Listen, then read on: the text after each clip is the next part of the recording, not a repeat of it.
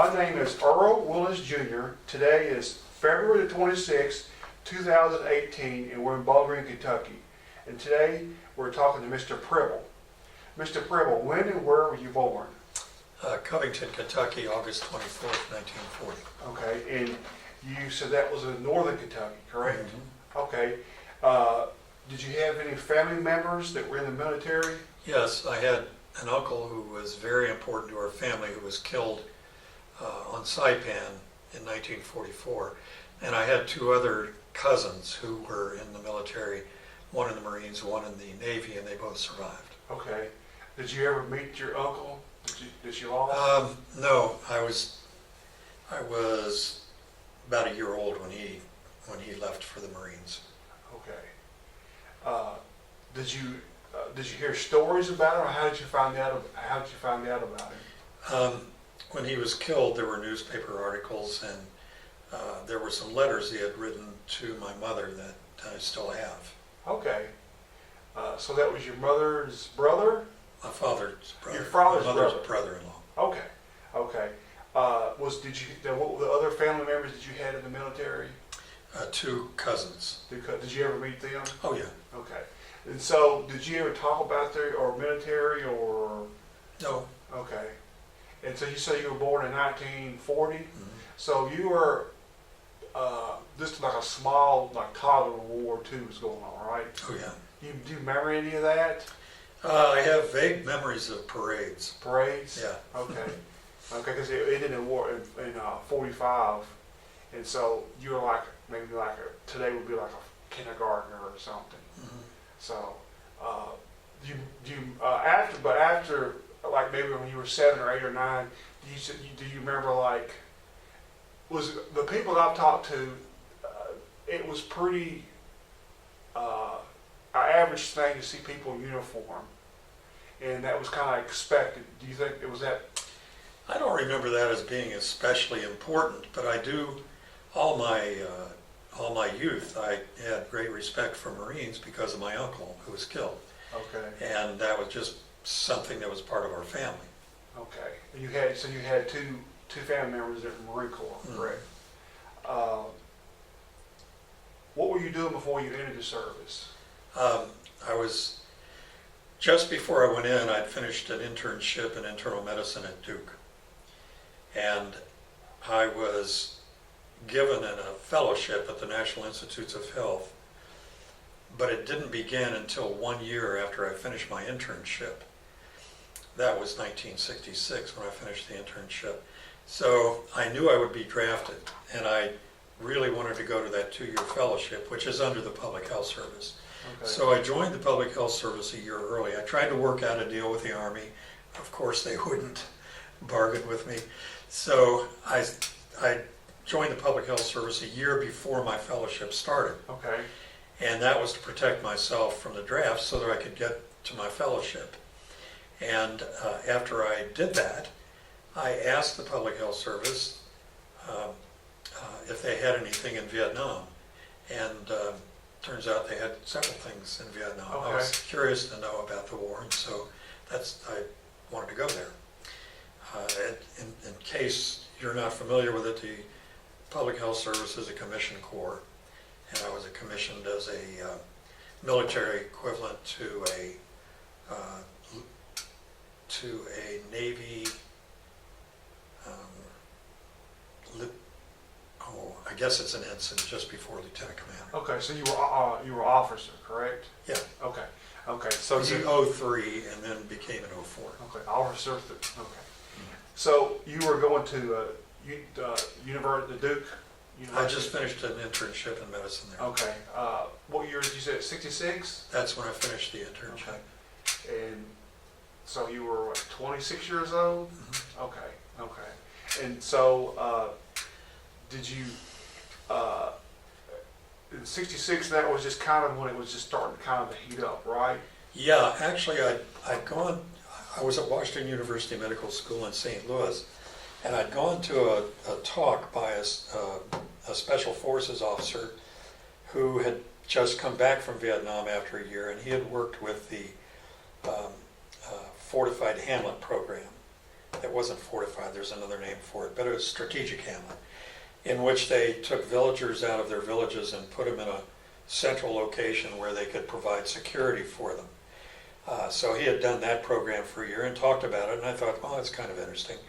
At the same time, there was a lot of publicity for a doctor named Tom Dooley, who had worked in Laos, and he had worked in Laotian hospitals with Laotian people, taking care of them, and that's when the communists were invading Laos. Okay. And he wrote a book that was really neat about his experiences there, and being an idealistic young guy, I thought that sounds like a really neat thing to do. So basically, through the Public Health Service and wanting to go to Vietnam, that's how I ended up, was in Vietnamese hospitals, taking care of Vietnamese people. Okay. And so did you have any like basic training or did, okay. Internship. Medical school. Oh, in medical school. So you were a doctor? Yeah. Correct? How much have you worked in, what kind of medical experience did you have in the United States before you went to Vietnam? Well, my internship was the first full MD, besides the 2 years previous of clinic work as a medical student. Okay. What did your father and mother think about that? Were they still? They didn't say anything to deter that. I think they were nervous, my mother especially, about it. Yeah. But they knew I wasn't I wasn't a grunt. I wasn't Okay. going over there, to charge the enemy. Okay. I was going to be in hospitals. Okay. Where did you go to first? What was your first point before you went to Vietnam? Well, I had to go to Washington, D.C. to the Public Health Service headquarters Okay. and do some paperwork and things like that.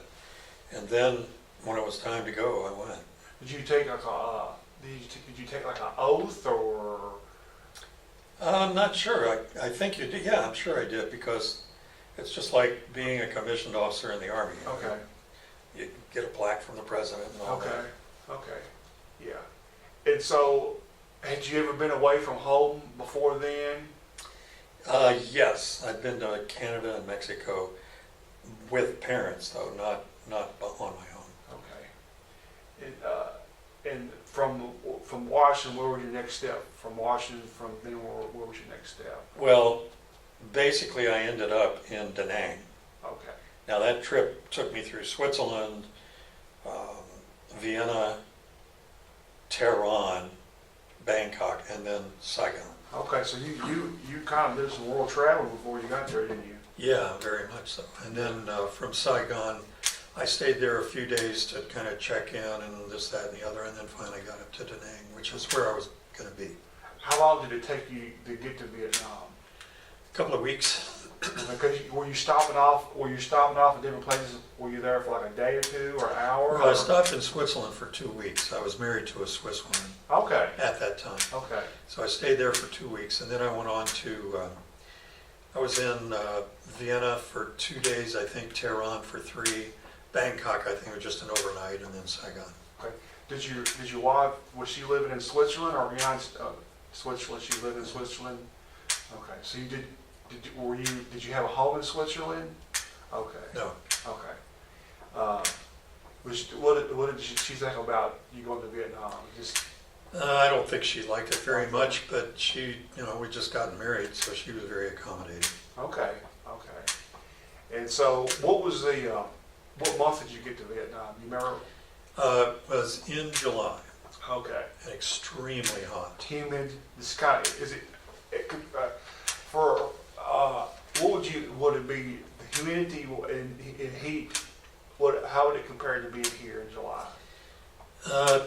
It's about the same. It make it, on average, it's probably a little hotter there. A little but, hotter. The humidity is humidity. When you were flying in, what was the first thought when you saw? Did you see all of the green and the landscape, or? Oh, I don't think anything specific. I just remember, I'd been flying for a long time over water, and as we came into Saigon, that's down in the delta and the southern tip of Vietnam, and it's pretty flat down there for the most part, and basically it's a huge city, and there's a lot of water. Okay.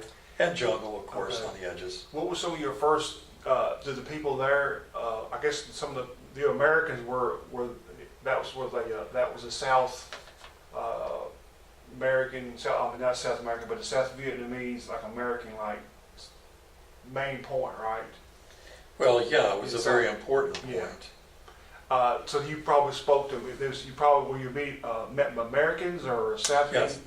Yeah, I was met by someone from the State Department and went to their offices, and they found me a room to stay in a little hotel.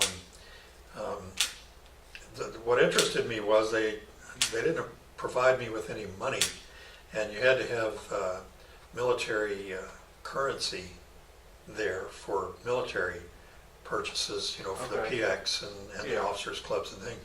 And you had to have Vietnamese piastres for other things, and I had neither. So I was a little hungry for a couple of days until somebody lent me some money. Okay. What kind of clothes did you wear? Did you wear like civilian clothes or? I wore civilian clothes when I was working in the hospitals. Okay, so you weren't like wearing the green, khaki greens or?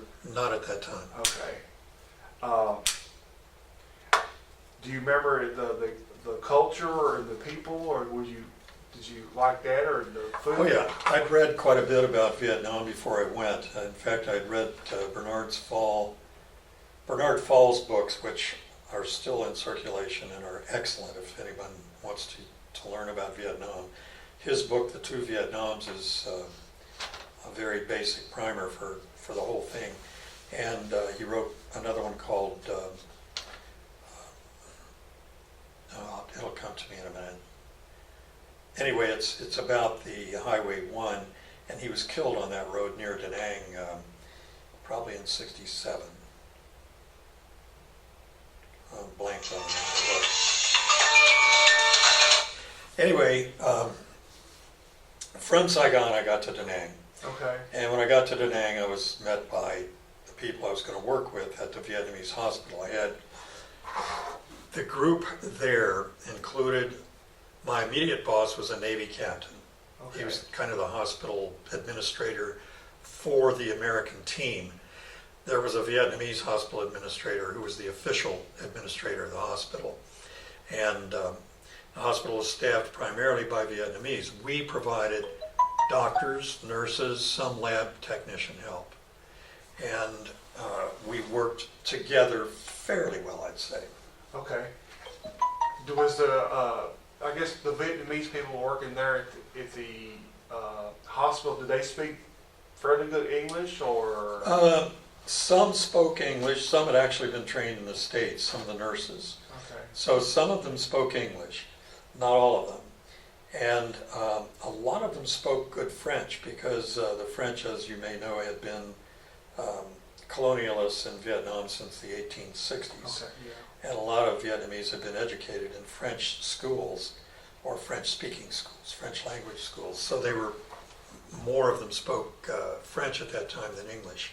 That changed over the next couple of years. Yeah. But we all tried to learn enough Vietnamese to get by, and I think most of us did. Did you have like an orientation, like this is what you're going to do, this is your day, or? Not exactly. Okay. It was very loose. For example, when I got there, nobody knew where I was supposed to sleep. Okay. And eventually I got a place to sleep. Some of the doctors who'd been there for a while, and nobody was there for more than a year at that time, had shared a house, and they had a lunch that they all contributed the money for. And they invited me to that one time, and I had lunch there and decided I didn't want to join that group. And basically what happened, what it turned out was there were two really good officers clubs in Da Nang, one for the Army, one for the Navy, the White Elephant, the Stone Elephant. And I could go to either one, either Okay. club. So I usually went to the White Elephant. Okay. So what would be I like to ask people, what would be like from the time you woke up, what time that morning would you wake up until you went to, what was your daily routine? Yeah. When I finally was settled in Da Nang, when I reached my point of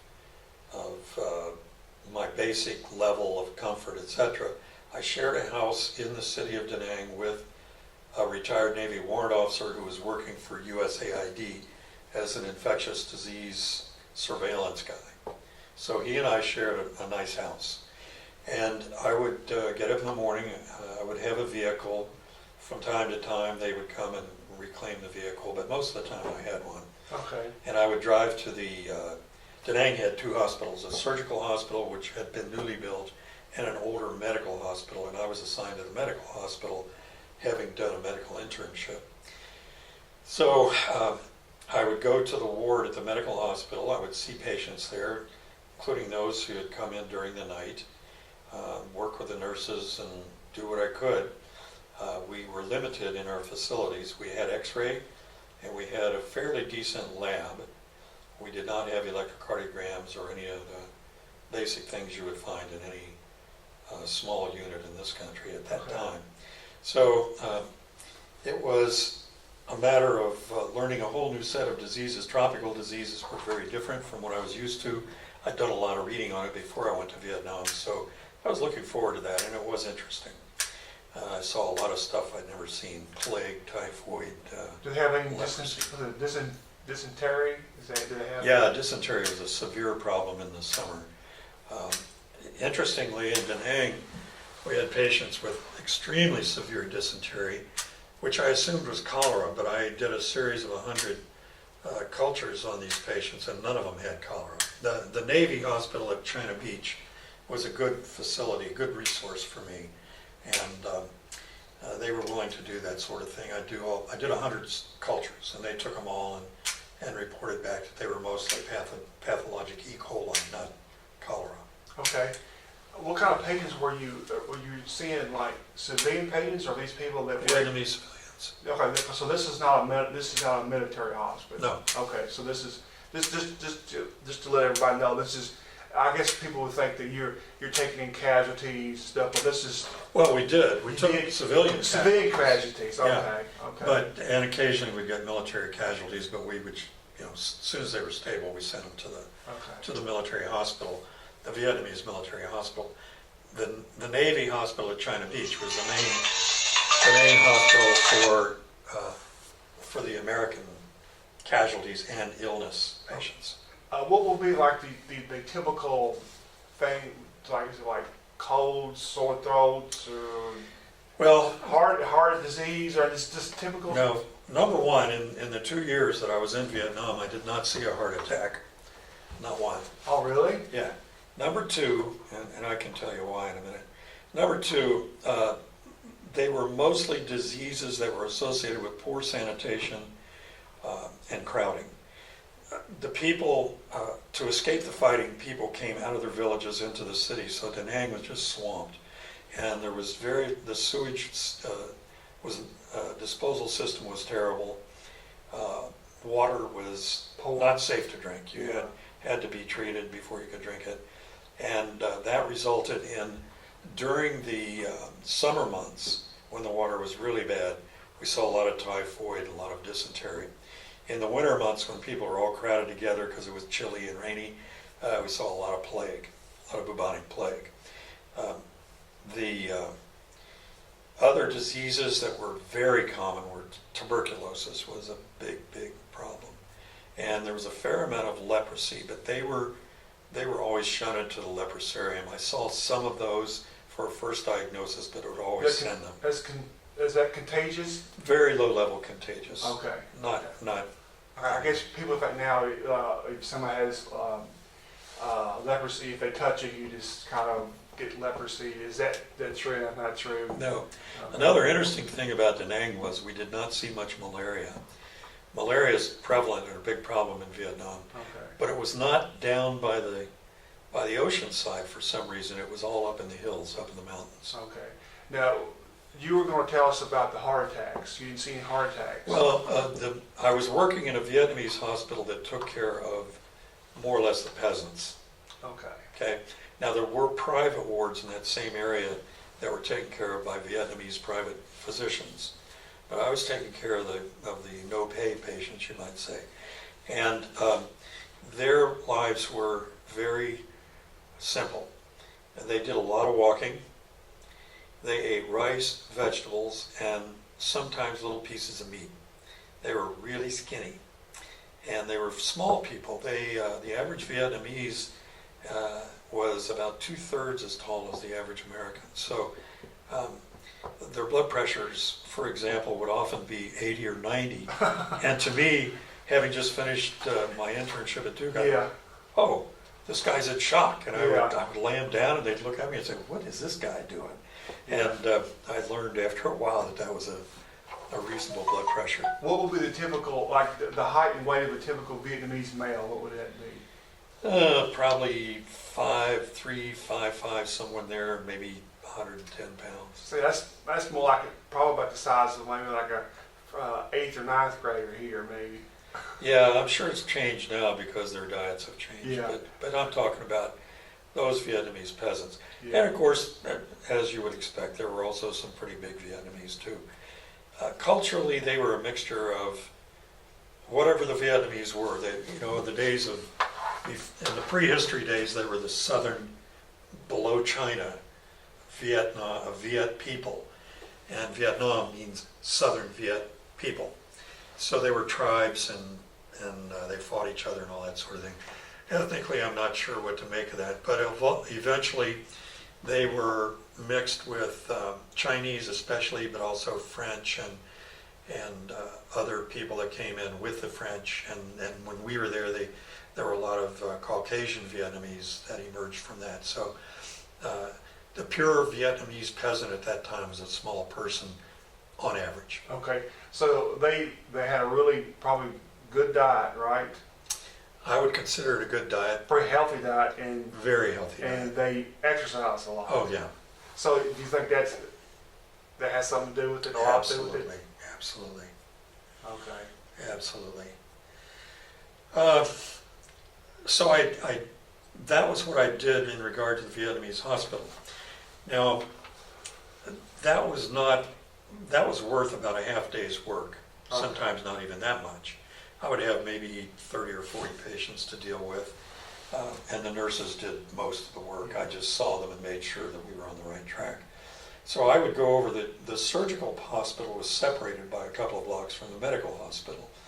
And that's where the main American team was. We had surgeons and nurses, lab techs over there. And so I would go over there and help out. If we got a bunch of casualties, I'd go over and help triage, and I would scrub in surgery and help with that when needed.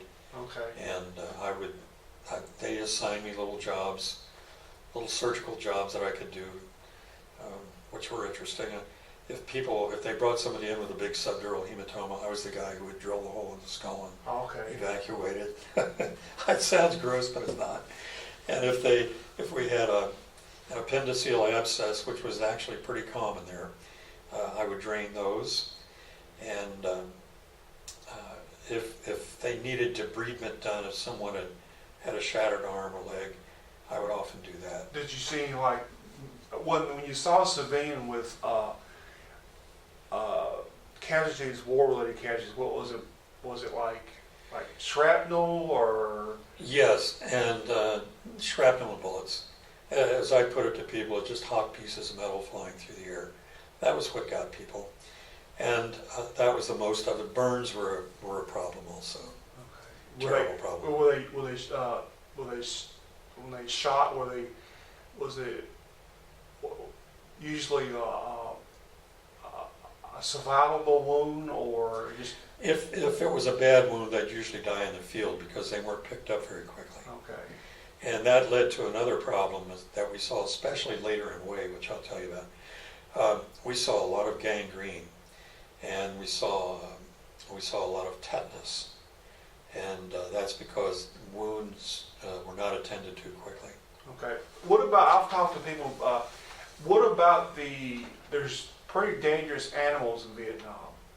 Now, did you hear about snake bites or spider bites or? Yeah, the snakes were legendary. I never had any experience with them. Spiders, the insects there were unbelievable. They're just gigantic. I heard Cockroaches were enormous. somebody told me that I've interviewed that had like a spider. He said it was like the size of his hand. Yeah, It was huge. Yeah, It was huge. I've seen those. I was never bitten by one that I know of. But the snakes, everybody was scared of them. And up in the mountains, they actually had tigers. Oh, really? Yeah, there was a Marine killed by a tiger up in Quang Tri province while I was there. Okay, yeah, so you don't think of it. So he was killed by a tiger. Yep. Yeah, see, yeah. And there were elephants up there. Yeah, people forget about the tigers and the snakes. I talked to one guy. He said that someone wanted to use the restroom, and he said, I guess the snake as a python and tried to eat him, or I don't know, but he said he died. So I don't know. Well, the biggest snake over there was a king cobra, and they were huge. I guess they could be 8 or 10 feet long. Oh, really? I never saw one, but some special forces guys told me that they were up in the Quezon area, and they were going down a road in the evening, and they saw what looked like a log across the road. So one of them got out to move the log, and it turned out to be the snake. And the snake reared up, and he was so big that when he reared up, he's looking through the windshield of this 6x truck, and that's like 6 feet off the ground at least. So they shot it, of course. Yeah, the snakes just freak me out. So I don't know about that story, but that's what I was told. Yeah, but they're just huge. Yeah, and they're known to be very large. And they're poisonous. I think they're poisonous, yeah. Right? They're very they're poisonous, but their venom is I don't think per unit it's very potent, but they have so much of it. And I was told they could kill an elephant if they bit it and got enough venom in. Okay. Did you have to do any of those? Anybody was okay? No, not that I know of. Okay.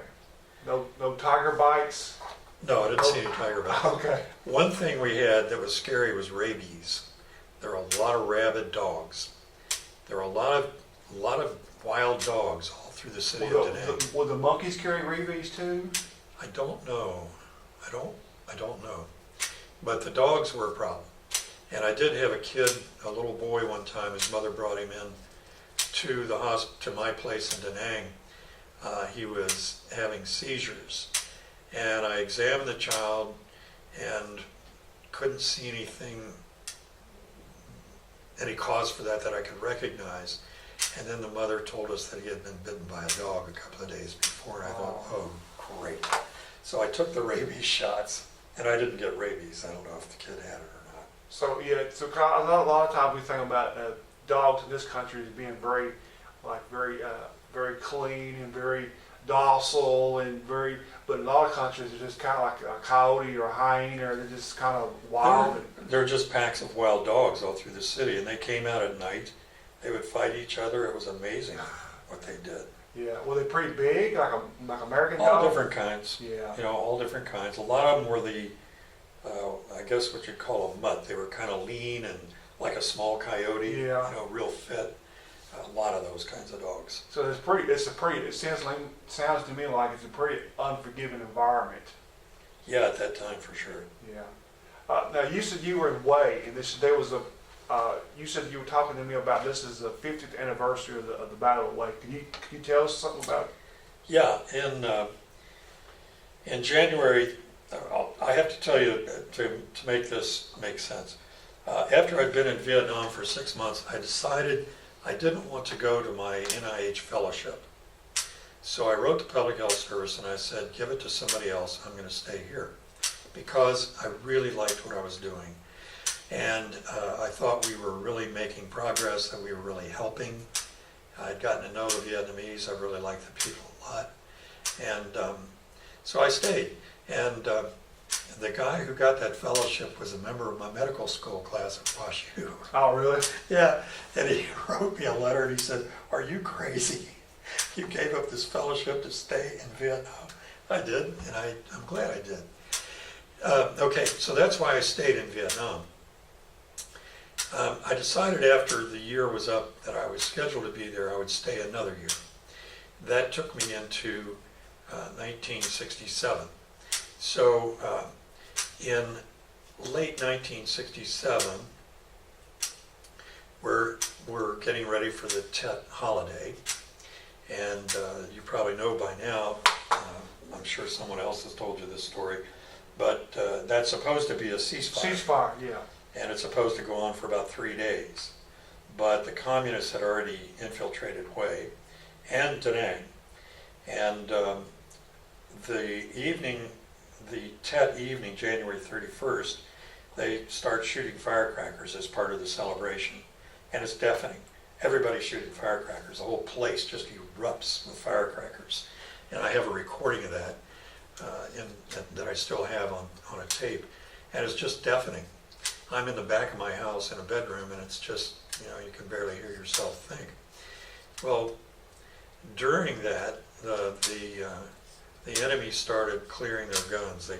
They dug them up or wherever they had them hidden, and started attacking people. Well, I was at my house that night, and I had some Navy corpsmen there, and from the hospital. We were just having a dinner for the holiday, and they were going to sleep there, and then I'd take them back the next morning to the hospital. So about 4 in the morning, I was awakened, and I heard something that sounded different from the firecrackers. Yeah. And in fact, it was automatic weapons. And I got up and looked outside. It was still dark, and there was one of our planes, a C-47, was circling around the city with a searchlight. And I thought, what is that about?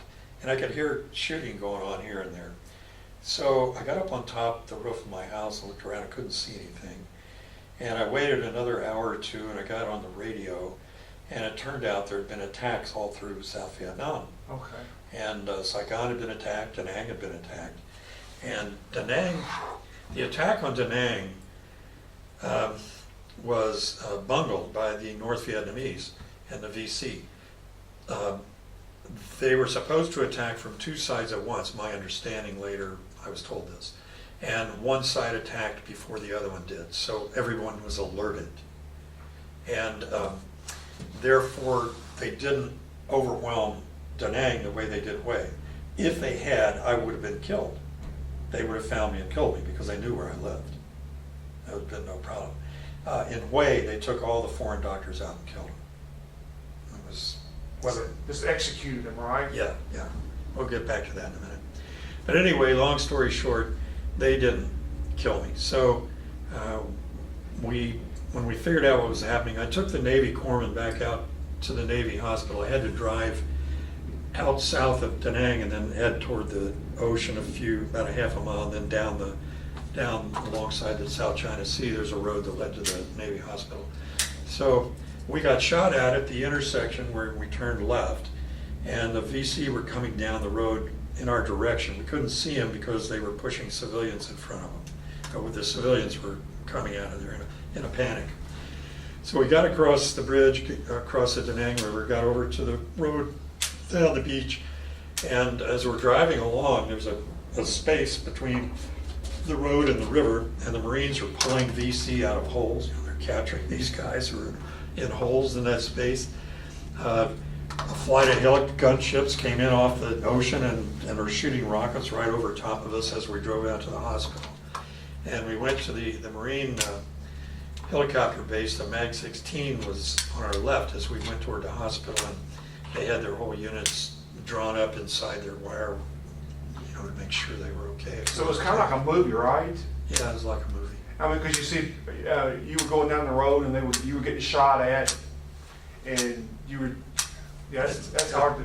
So we dropped our guys off and got back to Da Nang, went to the hospital, and we were extremely busy for the next week, 2 weeks, week and a half. But eventually things died down. And in the meantime, we had Armed Forces radio telling us that, things are under control, and, we've been attacked, we've taken some casualties, but we're hurting them worse than they're hurting us, which was all BS, of course.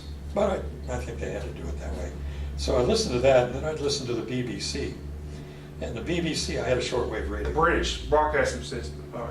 British Broadcasting Company. A company. Okay. BBC. Yeah. So I'd listen to the BBC, and they started talking about Hue, which I'd been to the year before, a wonderful city, and very historical and beautiful place. And they're saying that Hue is completely surrounded. There are hundreds, if not thousands, of civilian casualties and no medical care. And I thought, well, damn. So after things calmed down in Da Nang, I thought, I probably should go away. I mean, there are all these people that had no medical care, and there's a lot of them. Well, I went to my boss, and he said, well, no, you can't go away. And I said, okay. And then somebody else approached me and said, I know how you can get there. And I said, how? See, you had to have orders to go anywhere. He said, the Navy hospital needs to send some equipment up to Hue. They've got a team up there, and this team is dusting for fleas. They're putting out insecticide to kill fleas so we don't have a plague epidemic in the middle of this fight. Yeah. And so I went out to the Navy hospital, talked to one of the Navy hospital commanders, and he said, you want to go to Hue? He said, no problem. He said, just take this piece of equipment, here are the orders. And I got on an Army supply boat in the pitch black night one night, and talked to the warrant officer who was the captain of the boat and gave him my orders. And he said, well, we're going to go on up there. He said, now, one of our boys isn't on board. He broke his leg, so you can have his bunk. They had a bunk on the underneath of this thing. Okay. So I said, great. So we talked for a while, and he asked me what I was doing, and this, that, and the other, and then I went to sleep, and it was the best sleep I'd had for a while, because the sea was really easy at that particular You felt pretty safe too. You weren't probably Yeah. shot at or anything. Oh yeah, I wasn't afraid anybody's going to jump through the window. So off we went, and I woke up in the morning, and we were just off the coast, and we were going to go up. The way to get to Hue there is to go up the Perfume River, which curls around and eventually comes into Hue. Hue's about, I would guess, about 20 miles from the sea, but the river twists and turns quite a bit. Well, I got up in the morning and felt real good, and I looked around, and we were off the coast, and a Navy destroyer came sizzling up to where we were, and as it got close to us, it started shooting inland to the place where we were going. Yeah. Yeah. And I thought, well, that's fun to watch, and it was. The thing would shoot three doo doo doo, and the whole ship would roll over in these big smoke rings that come out. It was Yeah. pretty neat. So we finally headed up into the river, and we got into, just inside the mouth of the river, there's a Navy base there, and we joined a dozen other boats there, just like us. They were supply boats. Okay. They would look like landing craft, but they were bigger. Okay. And they weren't LCIs, they were, I have some pictures of them that I can show you later. So off we went, and on our boat we were armed. We had two 50 caliber machine guns, one on each side, and then we had a man up front, we're in the cargo area, who was in a little circular nest sort of thing, and he had an M60 machine gun. I was carrying a weapon by that time. When the offensive started in Hue, I got an M2 carbine and a bunch of ammunition. Okay. For the trip up to Hue, I put on military clothes. It would have been strange not to have. And I just put on the pins that would reflect military rank. Okay. I was in the public health service, but I was at that time at 04 lieutenant commander, and was referred to as lieutenant commander in some correspondence, although I was not. I was the public health service. I would be categorized as a surgeon. Okay. That's their rank system. Anyway, off the river up the river we go, and we hadn't gone very far, and we were ambushed. And the ambush was such, we were the fourth boat in this convoy, and each boat had to go through this ambush. You couldn't stop and turn around. There was no way to do that. The river's too narrow. So everybody had to go through it, and we had to go through it. And basically we shot our way through it. We all laid down and shot up all my ammunition. So we got through that. We took a couple of rounds, but nobody got hurt. And we finally got up to Hue. It was still daylight. And at that time, Hue was completely surrounded. The south side of the city was still in the hands of the enemy. we had a few blocks of the north side, which included the McAfee compound, that's a military advisory commission or something, Vietnam. Okay. And so we had that compound, which had held out through the whole business, the whole uprising. And the Marines had cleared out a couple of blocks that were fairly secure. There were two buildings that the West German government had built for the University of Hue, and these were filled with people who had been running from the fighting. People were just, it was awful for them. They were in the middle of this terrible fight, and it just happened to them. They didn't bring it on, they didn't want it. The whole thing about Hue was a disaster.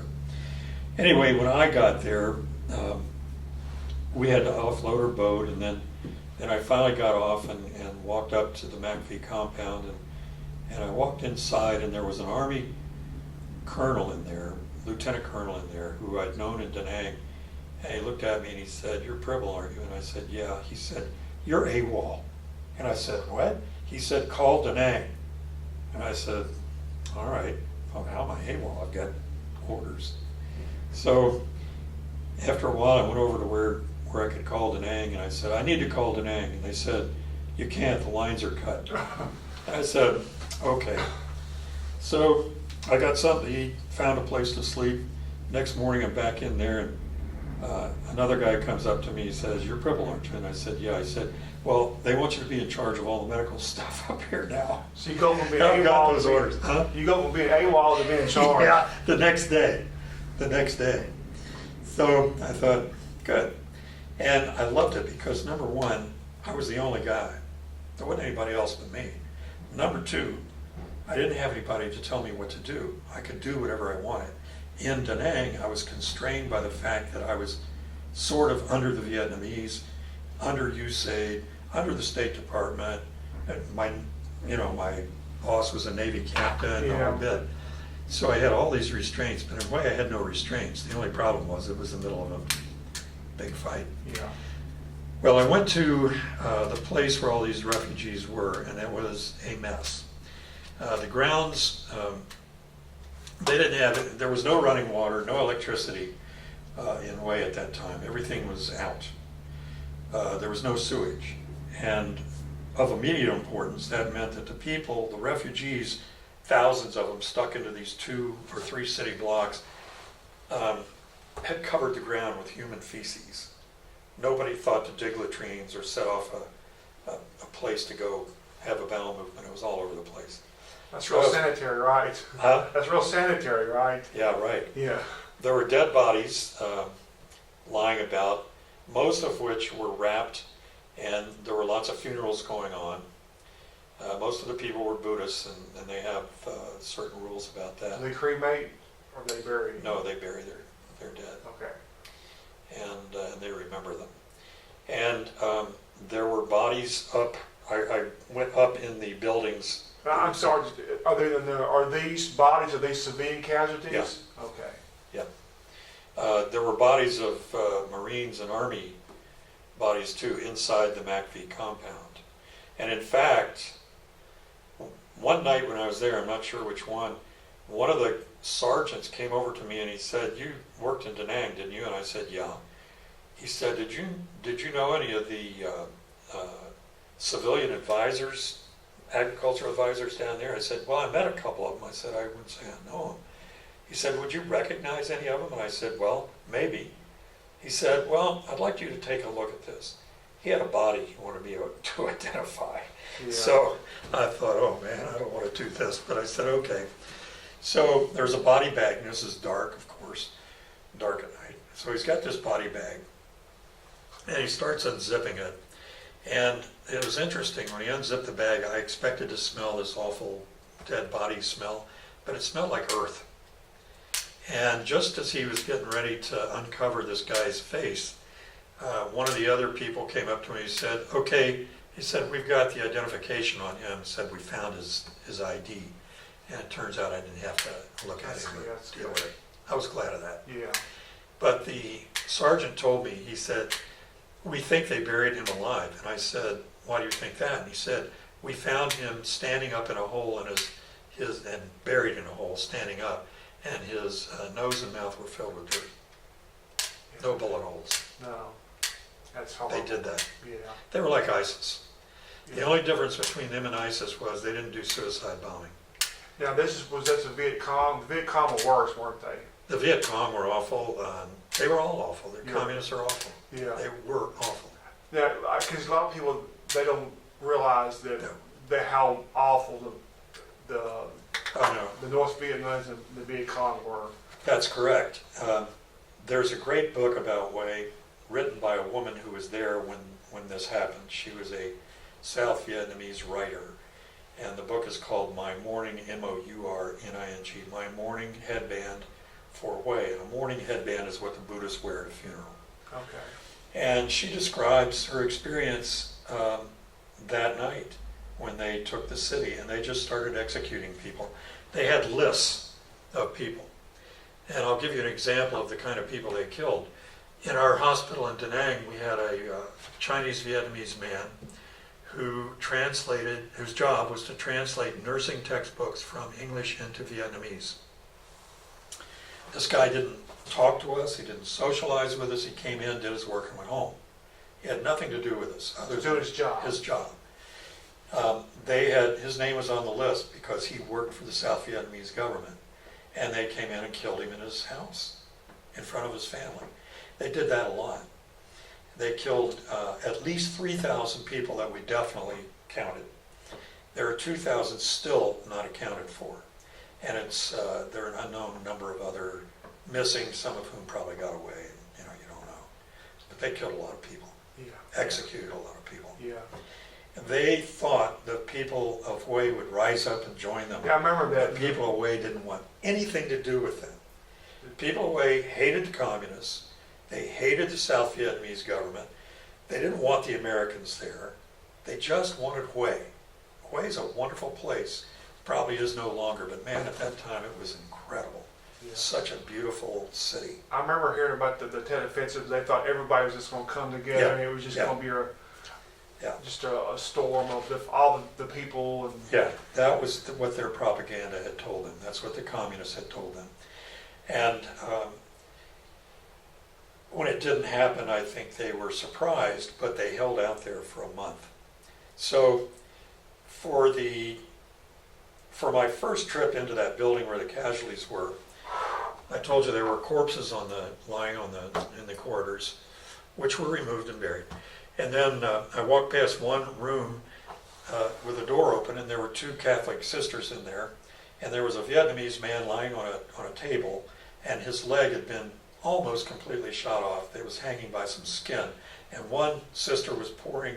She had a bottle of IV fluid that she was pouring over the man's leg, and the other sister had a big pair of scissors, and she completed the amputation with that. was he And alive or? Huh? Yeah, hell yeah.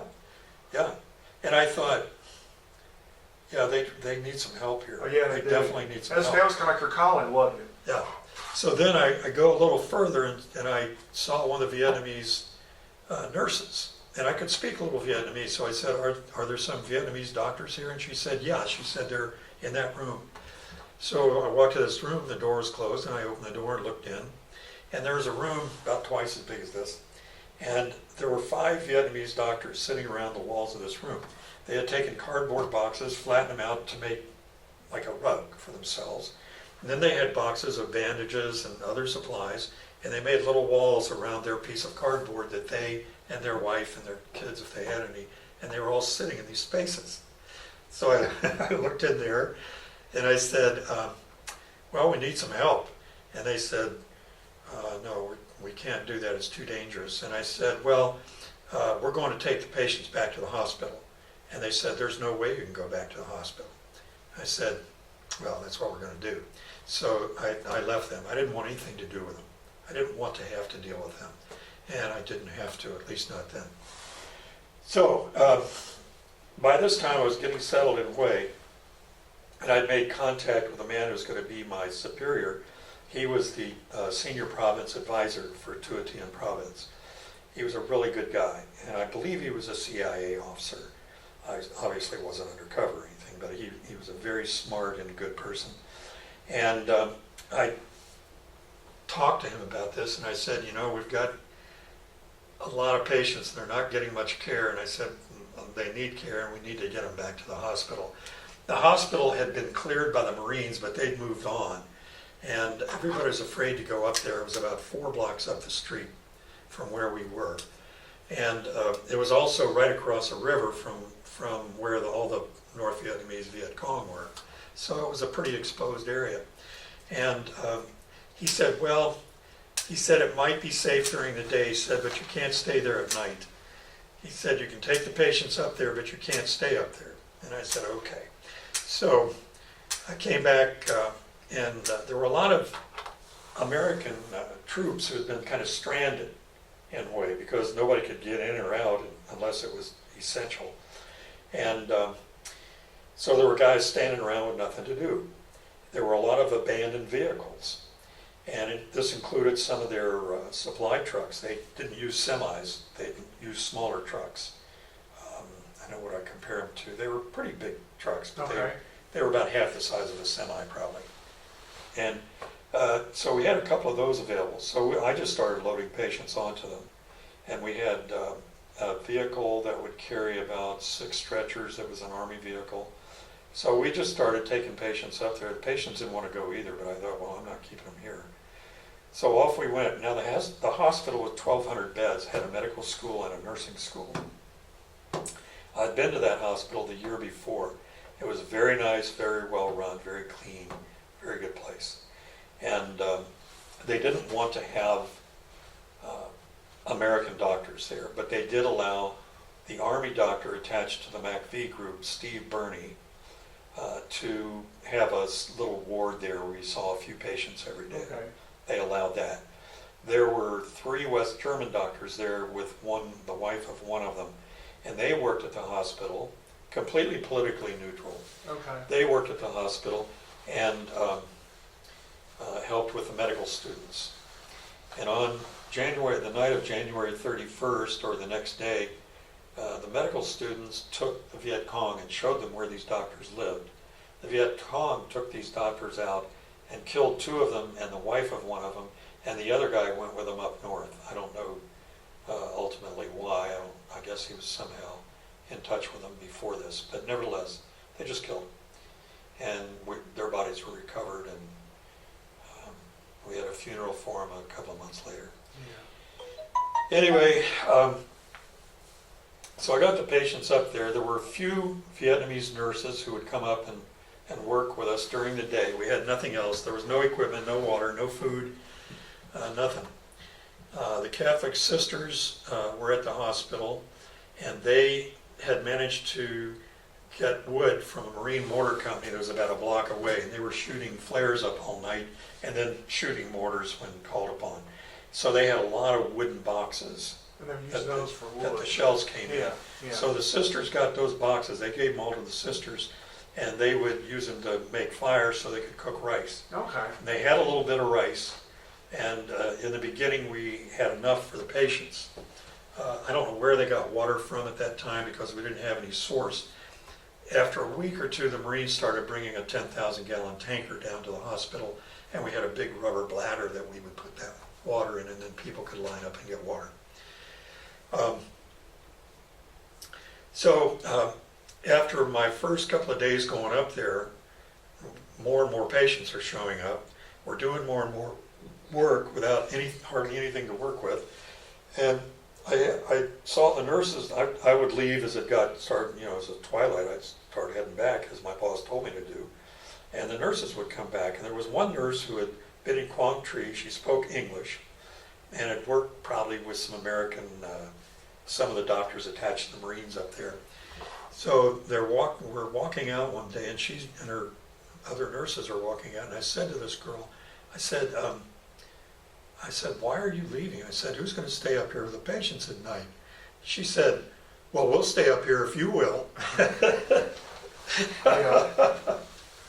So I went back to my boss and I said, I have to stay up there. And he said, I told him the story. And I said, I have to stay up there. There's nobody up there at night except these patients. And he said, okay. He said, but you're going to have security.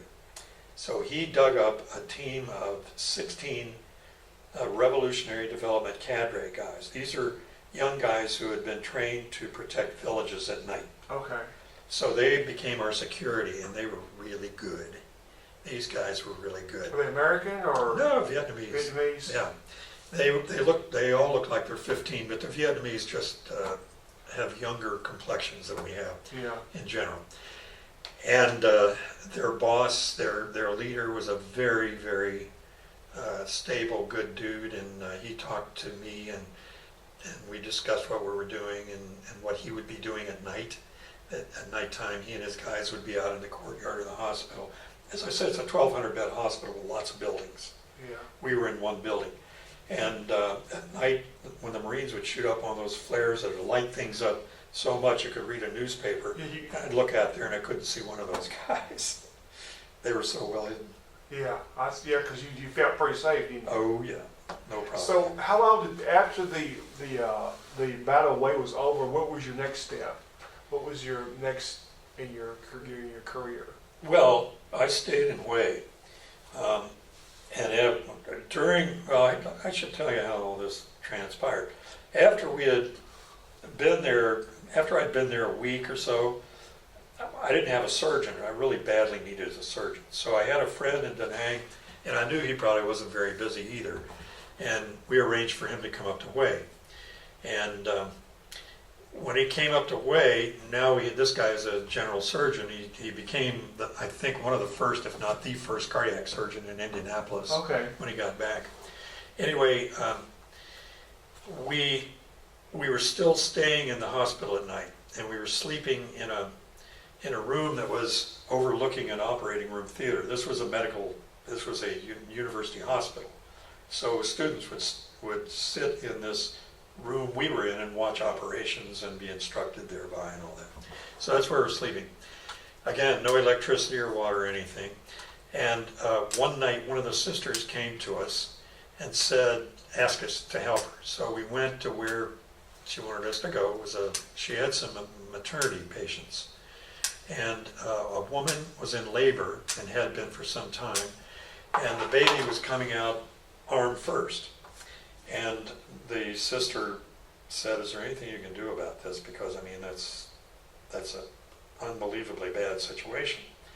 So I remembered from medical school that in that situation, you're supposed to try to turn the baby, push it back in and turn it, and the mother couldn't even begin to stand that. So my friend and I, whose name I won't mention because I haven't talked to him about it, my friend and I talked it over, and he said, "Well," I said, "we're going to have to do a cesarean section." But we didn't have any anesthesia, we didn't have any equipment, we couldn't sterilize anything, and we didn't have any lights. So we talked to the sister and told her what we could do, and she found some French local anesthetic called Newport Cane. Came in a vial that you saw the top of the vial and then you could get it. And she had a fire built under a pot, and she boiled some instruments. She had some hemostats and some scalpels in there, and she had a syringe and some needles. And I had done a rotation in anesthesia in medical school, and I had helped with some spinal anesthesia. So I thought, well, we could do a spinal, and we could do a cesarean section. So that's what we did. We took this patient into an operating room, no lights, etc. And by the way, outside the shells are falling close to us and the windows are rattling, Yeah. just like like in a movie. Yeah. And it's dark. So I start out with doing putting the spinal anesthesia in with this Newport Cane.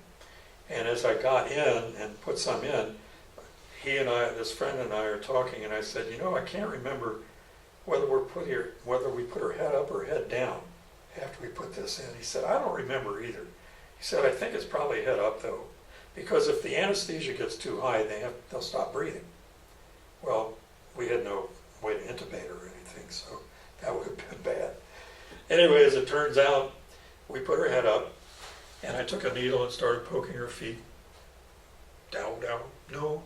And when I was asking her if it was painful, and once we got above her her abdomen, and she was still okay, we could operate on her. So my friend did the C-section, I got the baby, clamped it off. The baby's chest was crushed, but it was alive. And I had a rubber suction thing, and I sucked its mouth out, gave it to its mother. Gil sewed her up, and we put her on the floor on a bamboo pallet. And she seemed fine. She didn't have any problems. No, her blood pressure and pulse and everything were fine. We came by the next morning, and she was awake and looked great. And the baby had died during the night because, its chest was crushed. Yeah. So that was sad, but the mother was I was alive. going to ask because I would say that baby would be about 50 years old now, probably. Now that baby was dead. Yeah. Too bad. Yeah. So anyway, interestingly, now up to that point, we'd had hardly anybody working in the hospital. It was really tough. And after that happened, within the next 24 hours, I'd say, all of a sudden, people who worked at the hospital before the attack started coming back to the hospital. They just flooded in. Oh. Janitors, nurses. They had orthopedic technicians who took care of the broken bones. They'd set them and splinted them and all that and put on casts and this, that, and the other. X-ray technicians, lab technicians. Pretty soon we had a really, truly good functioning hospital. And ultimately we got lights, and ultimately we got water. So we came out of it. Our next problem was the doctors who had been in the room came back, and one of them was a real jerk. Okay. And he tried to take over the rice distribution. Was he American or Vietnamese. Vietnamese. Okay. He was a real jerk. And during the early part of the time I was in Hue, when it was really bad, had been asked to go to a building to see a kid whose father was the police chief of Hue. And he and his family were in the upstairs kind of attic of his house, and they were all huddled there, which they had managed to survive. And the kid had probably a strep throat, and I happened to have some penicillin that I could give him. And the kid got better, and the father was very glad of that. And he told me later, he said, if anybody gives you any trouble, let me know, and I'll arrest them. And I said, okay. I just kept that in the back of my head. And when this jerk showed up and started trying to take control of distributing rice, which was very important. I mean, it's the only thing they had to eat. Yeah. I said, you're not supposed to be doing this. And he kind of blew you off. Yeah, it blew me off. So I thought, okay, fine. I'm going to go get my buddy, and we're going to haul your butt to jail. Well, at the same time, before that moment, before that episode, when things had calmed down on our side of the river, they were still fighting across the river.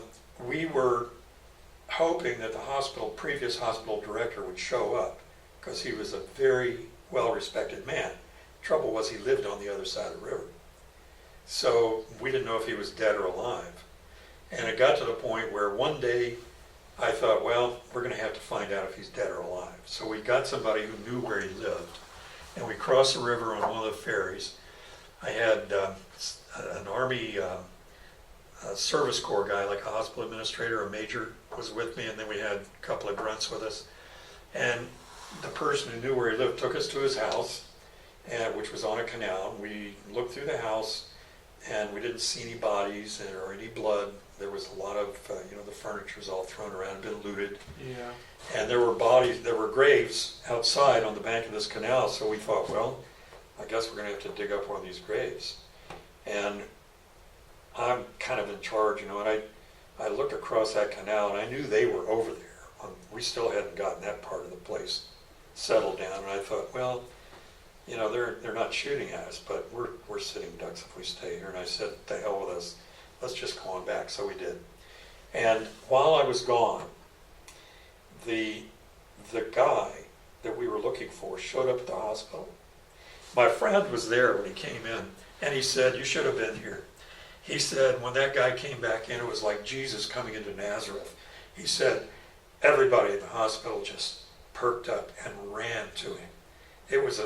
huge emotional scene.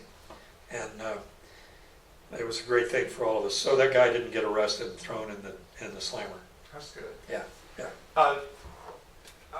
I don't mean to cut you short, but when you went back to the United States, how did you feel when you went back to the United States? I was a bit angry because of the way the newspapers had handled things. I knew, see, when I was in Hawaii, there were a lot of newspapermen there, and I got to know a couple of them, including a New York Times guy and a Washington Post guy. And they would write articles about things that I witnessed, and then they would send us copies of them from their papers. And I immediately noticed that they were interpreting things a little differently from the way I saw them. And that just got worse and worse. It was completely, it ended up as a complete misrepresentation. Politically, it was a disaster for the politicians. And to make a long story short, I was pissed about it. I was convinced that what we were doing in Vietnam was the right thing to do. And I knew the communists were bad firsthand. Yeah, you saw, when I first met you, there was somebody that asked you about watching a PBS, and you see, That's crap. This is the reason why I'm so passionate about this is because I've been around the military all my life, and my father is a 100% disabled veteran, and so it's one thing, like I've always told people for the last year and a half, it's one thing to watch a movie or read a book or watch a PBS broadcasting thing, but to me, I want to hear somebody that was there, and you were there, and the other people I've interviewed was there, and so that's what matters. Jumping ahead, about 2 or 3 years ago, there were a group of Vietnamese men in Louisville who gave a program at U of L, and they were guys who had been left behind and had been caught by the communists and sent to re-education camps and put in prison and tortured and all this crap. And they were having a little meeting at one of the lecture halls at U of L. And I thought, well, I'm going to go to that. See, I was always wondering what had happened to a lot of those guys. So I went, and they told their stories, which were about what you'd expect. And at the end, one of them said, we trusted the United States, and the United States betrayed us. And I thought, you weren't the only ones betrayed. They betrayed all of us, and they betrayed those guys on the wall. The United States government was a piece of crap about that, and it's becoming even more so now. But I will never forgive those politicians for what they did about Vietnam. We should have stayed there. We should have helped that country. Those people needed us and deserved us, and it would have been a great place. I guess it'll be a great place because the people themselves will make it that way, but it was awful what they did to the people who helped us in Vietnam and were left behind, and it was awful what they did to those of us who did what we did there. Yeah, I know. And the newspapers were the newspapers, and Walter Cronkite was a big part of that. Yeah. In fact, I was interviewed and was on his program. A lot of my relatives and friends back in the States saw that. I was on the CBS Evening News one night. I've never seen it. They were asking me about the Vietnamese doctors, and I was. A lot of times I've talked to the people in Vietnam, and I've studied and watched, and one of the things they showed Walter Cronkite, and he said, "This is a war we cannot win," and it's bullshit. I I was like, "How are you a military genius all of a sudden?" And how did they think the guys? And they interviewed Marines, like, we're mopping up. Who are you to tell us we can't win this war? Well, I think militarily it was a toughie, and I think Westmoreland was the wrong guy to be there. Johnson picked him out for reasons that had nothing to do with his military ability, as far as I can tell. The book about Way, 1968, recently published, has a lot of good stuff about that. There was a guy named John Paul Vann, V-A-N-N, who was a very successful province advisor in Vietnam. He was really making great progress, and politically was just dumped. Yeah. So the politics are awful. Yeah, every Vietnam veteran I've interviewed said that the politicians were the one that lost the Vietnam War. That's right. Every single one of them, they've said that's who, and they told me, if you're going to fight, fight. That's right. So anyway. Is there, I guess in closing, what would be what are some of your thoughts on the flag in the military, and is there anything you'd like to say closing? Yes. Okay. When I got away on that boat, there was a communist flag was on the flagpole on the Citadel. And a few days, about a week and a half later, an American flag went up. And then it was taken down, the South Vietnamese flag went up. And I've never forgotten that. And anytime when I go to a game at Western or UK, I think about that when I look at the flag. And when I saw that asshole Kaepernick take a knee, I saw that. I was watching that game. Yeah. I just couldn't believe it. And I thought, that guy hates Americans. He hates Americans. I have no question in my mind about it. And for him to try to diffuse that by saying, well, this is because of police brutality, bullshit. He hates Americans, and he hates that flag.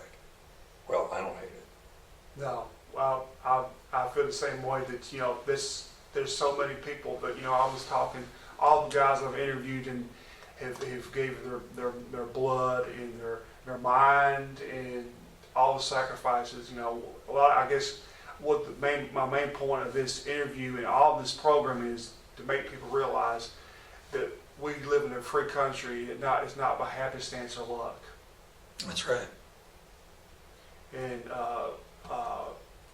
to when you, instead of, I guess a lot of times people have more pride in the flag, the UK flag, than the American flag, and that shouldn't be. And so I want people to listen to these stories and listen to all the things that's happened and realize what's going on. And well, I haven't watched an NFL game since then, and I never will. And I have, this past year, just almost by accident, I had season tickets for UK basketball. yeah, Lower level, great seats. yeah, And I thought, if one of those kids takes a knee on that flag, I'll never go to another game. I mean, I know that's extreme and maybe over the top, but I can't handle that. well, you know, I think you have every right to feel that way. You have every right. I do too. Every veteran I've talked to, whether it's my dad or anybody, feels the same way. You need to stand up. And I've also talked to other people that said they feel the same way that you do. I think a lot of people do, but not enough. Yeah, and I think the reason why they don't feel the way they do is because, as my father would say, they don't have any sweat and blood in the game. Yeah, I think that's right. And you It makes a big difference. And I mean, if you've been privileged to be born, you never had a fight for anything, and you don't know anything, you just, and yeah, so that's why I'm so passionate about this, and I want the stories to get out, and I want you to be able to tell people, and I want you to be able to tell your story. And is there anything else you'd like to get off your mind, or that's? No, not really. I mean, I've got a million stories, but we don't have time. Yeah. And I will be giving a presentation to Warren County Medical Society in April, where I'll go through, because it's a medical society meeting, I'm going to go through the way thing, because I want them to understand what it's like to try to do medicine in that situation. But I'm also going to talk about tropical medicine there. So.